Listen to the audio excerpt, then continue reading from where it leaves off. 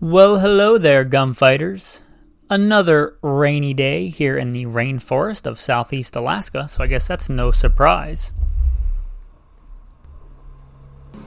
But it does give some time to record an episode. Today's episode is going to be on the Mossberg 500 family, including the 590, the Maverick 88. Maybe we'll talk a little bit about the 835, but that whole similar weapons platform, the pump-action Mossberg shotguns. Today on Gunfighter Life, where we talk about guns, gunfighting, defense, the right way with God Almighty at the center, Judeo-Christian values, and real-world, first-hand experience. I'll forego the bio today. If you've never heard it, you can probably listen on many of the other episodes. Let's get into talking about the Mossberg 500. And I want to focus on that today. I don't want to get off on pump action versus semi-auto. I've talked about that in other episodes. I don't want to talk about why the shotgun is the best home defense weapon or the ultimate go-to survival weapon or the most versatile shoulder-fired weapon, period. End of sentence. I've talked about that ad nauseam in other episodes. What I want to zoom in on today is this class of weapons. Gonna cite three main sources: by God's grace, my brain, and my knowledge of the weapons platform, Wikipedia, for what that's worth, and the Mossberg website. Keep in mind, that's their website, so a little bit of maybe propaganda there, but those are the main sources we're going to talk about today. Let's start with why I picked talking about this today. I think on today's market, it's the pump-action shotgun. Everything else is measured against. It really is the best, I think, option if you want an American-made, good pump-action shotgun. There used to be a little bit of debate between a Remington 870 and a Mossberg 500. And that was when they had comparable quality. I'm just going to be honest and think I don't think those days are here anymore. I am saddened to say that, but I ran a Remington 870 for a long time as a cop, and now years ago I did a test where I ran those side by side for myself, a Mossberg and a Remington, and I'll be honest, I kind of prefer from a shootability standpoint the Remington. And there was a time when Remington made a good pump action shotgun. I long for those days, but those are days of yore. Those are pre-COVID days. Those are pre-Remington having all those financial woes days. When Remington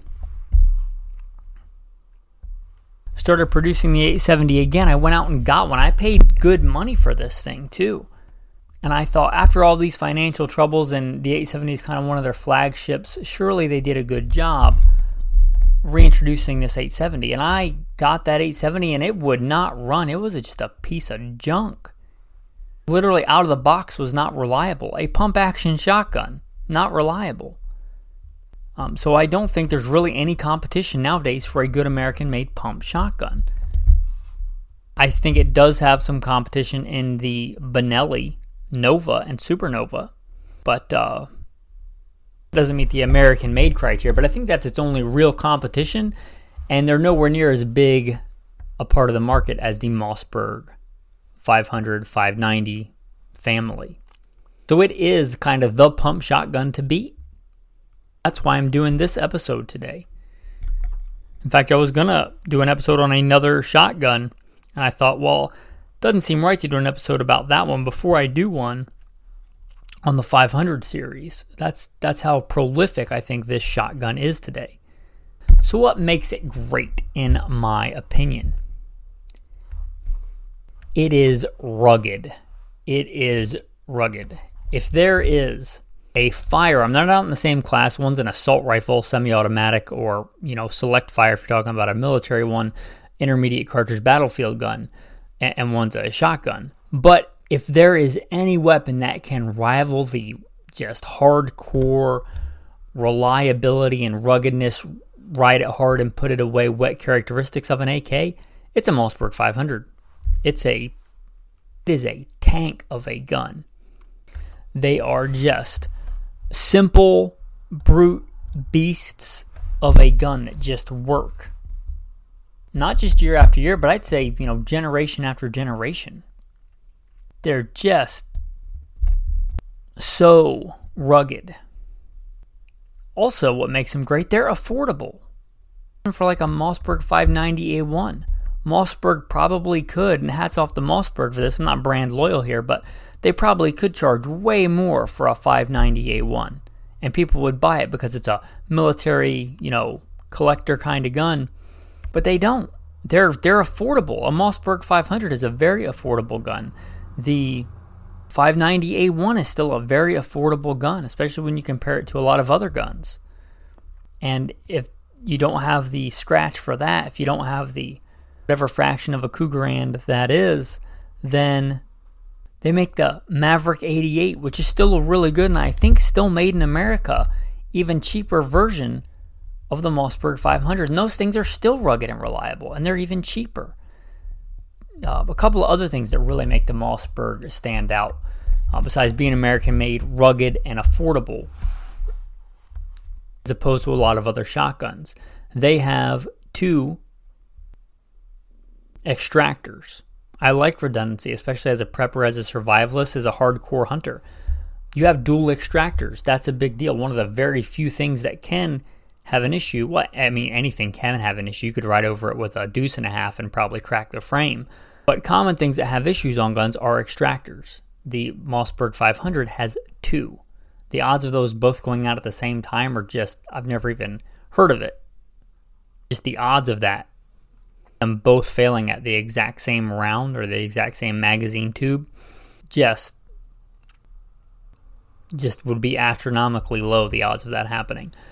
Also, to the best of my knowledge, the Mossberg 590Ss or 500Ss, the S designates the short shell. To my knowledge, they are the only modern, currently produced pump-action shotgun that will reliably feed the short shells. And that's kind of a game changer for a shotgun. At least for me, as a survivalist, as a prepper also. Looking at how much ammo I can carry, that's a big deal. And there are other shotguns where you can get like adapters and they'll shoot just the short shell, but then you can't shoot the regular shells. And that's one of the things I like about the shotgun is the versatility. I want to have full, even magnum loads, 3-inch magnum loads of buck as my go-to defensive load, but I want to do a shell exchange drill, which you can do if you practice with a pump-action shotgun pretty easily, and put in a very short, much lighter weight birdshot, because how much killing does a dove or a quail need? Save weight on those shells. That's a big deal to me. And again, to the best of my knowledge, the 500 590S is the only platform where you can go in between shells, not just get an adapter and it'll shoot the short shells, but you can load a 3-inch Magnum, a 2 3/4, a mini shell, and then back up to a 3-inch Magnum, and it should cycle each one equally reliably.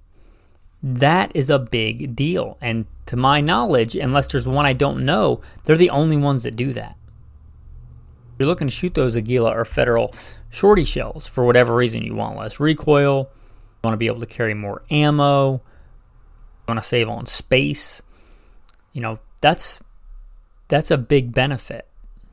There is another smaller advantage which only really comes into play if you're kind of comparing it against the 870, the ejectors. The ejector on an 870 is kind of riveted / welded in, I'm not sure which one, but it's not easily replaceable by the user, the 870. Now, they don't go bad often, but when they go bad, they're fairly hard to fix. Like, unless you've got the setup for that, you're not just going to fix it. And I'm talking the ejector, not the extractor. The extractor being the thing that grabs the spent cartridge, or live cartridge, I guess, and pulls it back. The ejector being the thing that it runs into that shoves it out of the side of the gun. You'll see these on semi-auto handguns. You'll see these on shotguns. You see these on many guns. They'll have extractors and ejectors. The ejector. On the Mossberg series, all the ones that I'm aware of, if you have an issue, it's literally a flathead screw to replace it. That's much better than having to weld or rivet or solder something in there. That is a pretty cool feature. Also, except for the Maverick 88, I do believe that the 500 series, the safety is on top. kind of high on the back of the receiver. Some people like that. Some people don't like that. I kind of like it. The other most common one on a lot of other shotguns is the crossbolt safety behind the trigger guard. But there are advantages and disadvantages. But some of the advantages of it being back there high on the receiver is if you're coming up to mount the shotgun, you can kind of quickly glance and see if it's on safe for fire. Also, if you're running ambidextrous, or I guess if you're left-handed, but if you're running it with either hand, it's kind of equally easy to get to that safety and manipulate it, which is not quite the same. The crossbolt safety, you kind of favor one side or the other. Now, let's go to Mossberg itself and see what they have to say. When it comes to pump-action shotguns, Mossberg and the 500 series set the standard. Its short cycling time lets you identify and point to a new target quickly and efficiently, and its overall simplicity means higher durability at lower cost. Without question, the 500 is the most versatile shotgun platform available on the market. No wonder that over 12 million have been sold, and that's a big number, 12 million. Now, I'm not going to go over all the models of the 500. That would get rather tedious, but there are some pretty cool ones that I will mention. Obviously, they're available in, I shouldn't say obviously, but they're available in 12 gauge and 20 gauge and 410. There's also the Mossberg Flex, which is pretty cool, which kind of lets you even more easily than you already could change parts out on a Mossberg 500, 590, like the stocks and things like that. So the Mossberg Flex is a pretty cool model. There's also the field combos that come with two different barrels. So if you're looking for like the most flexible package, you might look at those combo deals with the two different barrels. And if you're thinking about a Shockwave, just take a deep breath, change your mind, and buy a shotgun with a proper stock. Unless it's really a specialty thing. That's my advice to you. And I guess worth mentioning is the retrograde. So if you want like a classic, and it's still just as functional, if you want like a classic with the wood and the what they call the old corn cob pump action, they still make that as well, and that's pretty cool. Now, looking at their just 500 hunting all-purpose field, which is what you think of as your basic, very versatile shotgun. Their MSRP is $504, and that's the time of this recording in the year of our Lord, 9/15/2023.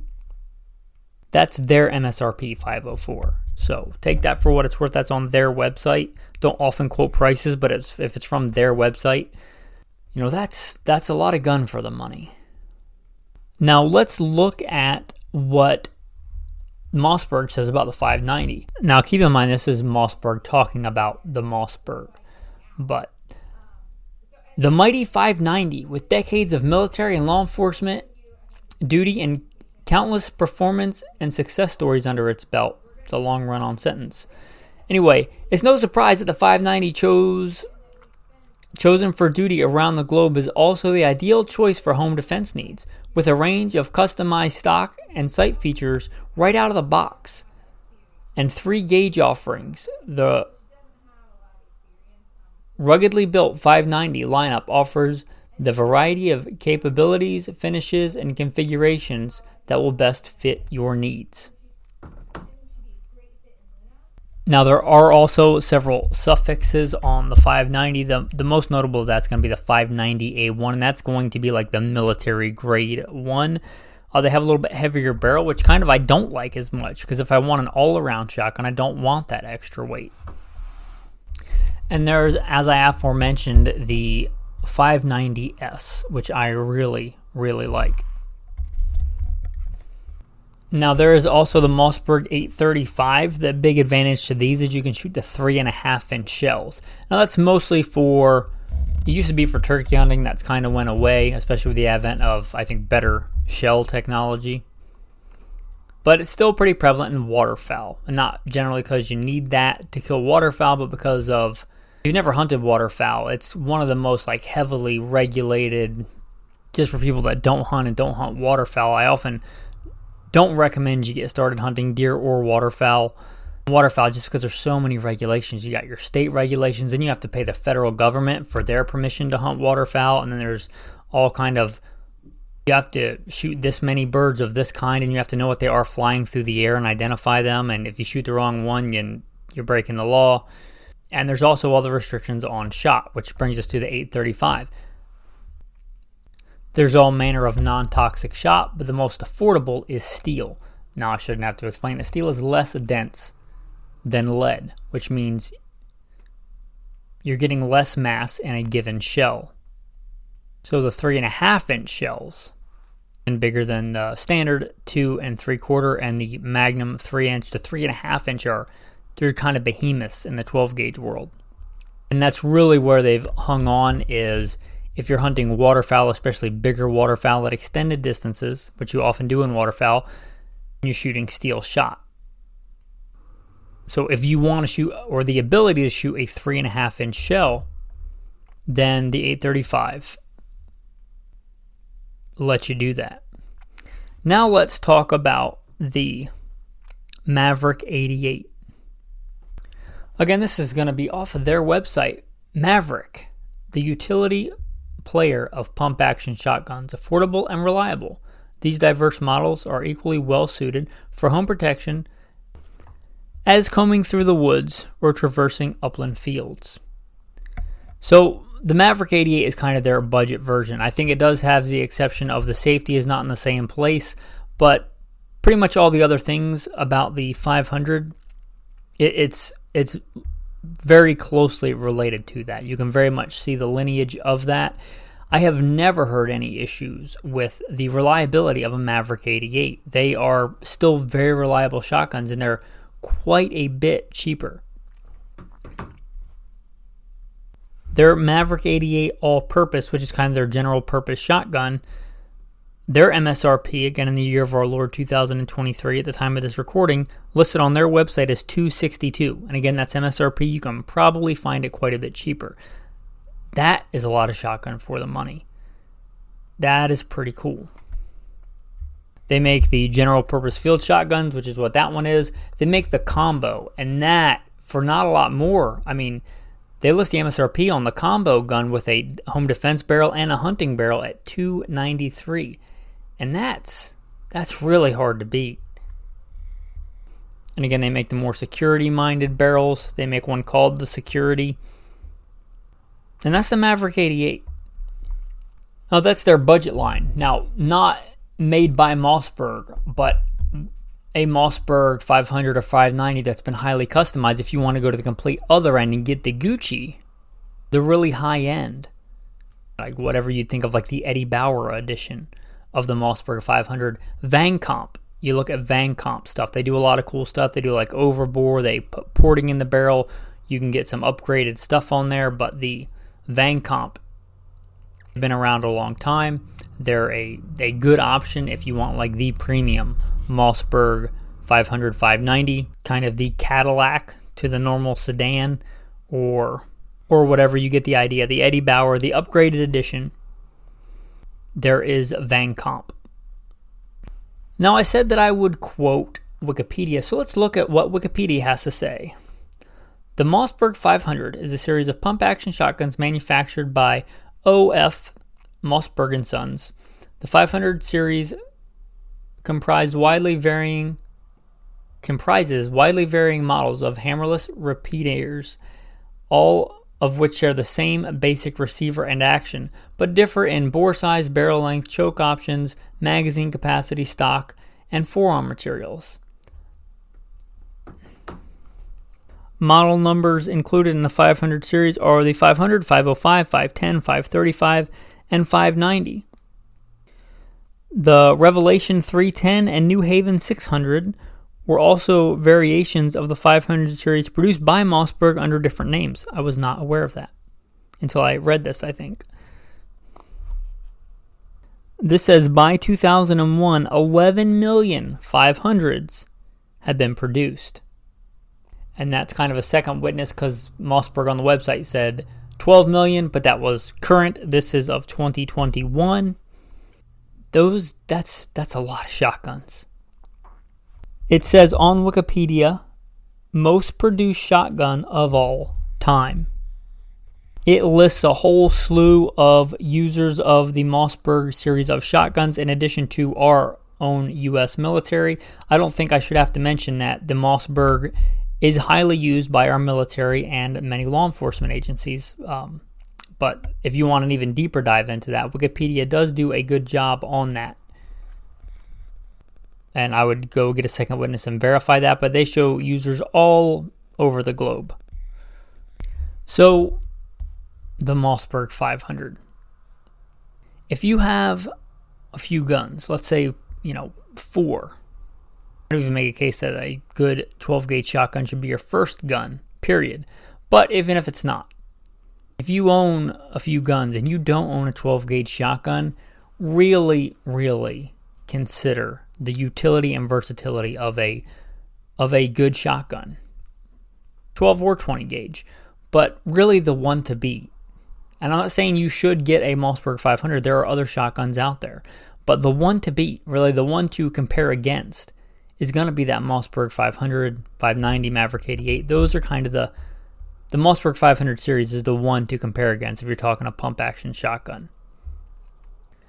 Anyway, with that, I guess that's going to bring us to wrapping up this episode. A couple of quick housekeeping things on here. If you're not subscribed, if this is not your first rodeo here, if you've listened before, I hope that you will consider liking, subscribing, following the show, whatever vernacular they use on whatever app you're listening to this on. Also, Spotify, if you listen on Spotify, has a pretty cool feature where it lets me ask you a question. And I recently changed that to you guys ask me a question. Ask me a gun question. So if you listen on Spotify, you can ask me a gun question there. And you know what? If you don't, go to Patreon. Now, most stuff on Patreon is just for patrons. And if you want to become a patron, that's great. You can become a patron for $1. But even if you're not a patron, some stuff I can post that everybody that goes to the site can see. I'm going to put a post on there. You may have to scroll through a little bit. But I'm just going to put a post open to everybody. And it's going to say questions. If you want to ask me a question, you don't even have to be a patron. Go to the Patreon page. There should be a link in the show notes. Scroll down and find it. Because I record these in advance, right? I'm not like recording it and then putting it out. I have a stockpile of these. But scroll back down. Again, a lot of this stuff will be for patrons. But you'll find a post that says questions. You can ask me a question. And hopefully I'll do another episode. I just did one that hasn't come out yet. At least it hasn't come out when I record this. It may come out by the time you listen to it. But just answering audience questions. And I really like that. I like to help. I'm here to serve. That's why I do the podcast. It's not primarily for the money, trust me. If you want to ask me a question, there should be a Patreon link in the show notes. Click it, scroll down, find the post that says questions. You'll be able to interact on there and ask me a question. So fast recap, like, subscribe, leave a review of the podcast. If you listen on Spotify, you can ask me a question there. If not, go to Patreon, link in the show notes. You can ask me a question there. With that, that's going to bring us to the tactical tip of the day. This tip is actually going to come to you from one of the patrons. Not only do the patrons help support the show, which we should all be thankful for, me especially. I thank God first and foremost, and I'm thankful to the patrons. But iron sharpens iron, right? I'm not the only one that has good ideas, for sure.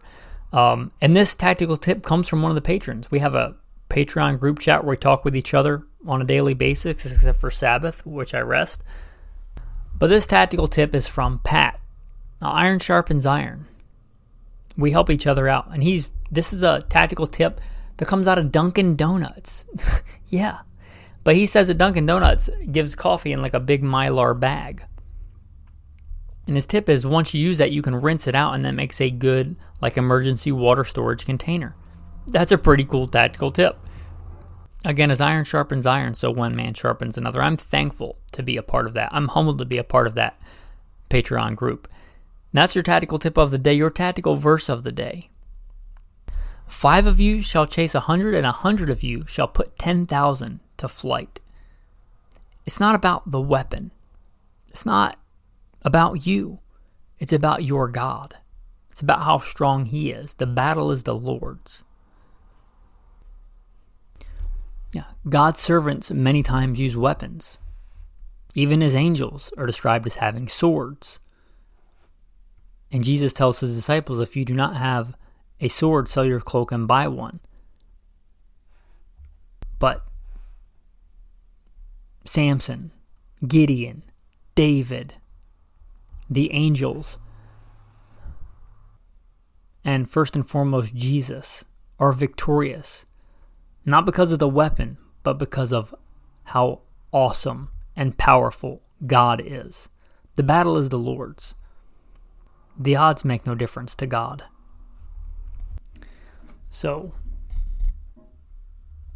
for Leviticus 26 again, 5 of you shall chase 100, and 100 of you shall put 10,000 to flight. Your enemies shall fall by the sword before you. With that, thanks for listening, men, and have a blessed day.